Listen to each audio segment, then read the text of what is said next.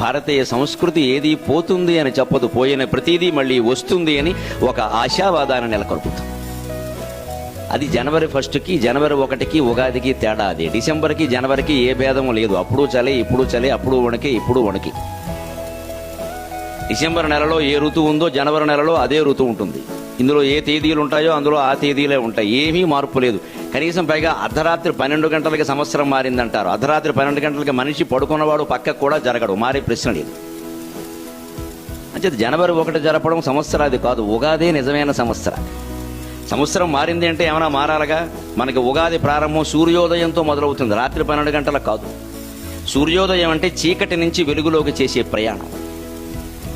రాత్రంతా చీకటి, పొద్దున్నే వెలుగులోకి ప్రయాణం చేస్తున్నాం. మార్పు. శిశిరం, ఆకులన్నీ రాలిపోయిన కాలం. వసంతం, అన్నీ చిగురించే కాలం, అదొక మార్పు. శిశిర ఋతువు నుంచి వసంత ఋతువు ఒక మార్పు. పాల్గొన మాసం నుంచి చైత్ర మాసం ఒక మార్పు. అమావాస్య నుంచి మళ్ళీ శుక్లపక్షం దినదినాభివృద్ధి మరొక మార్పు. ఇవన్నీ జీవితానికి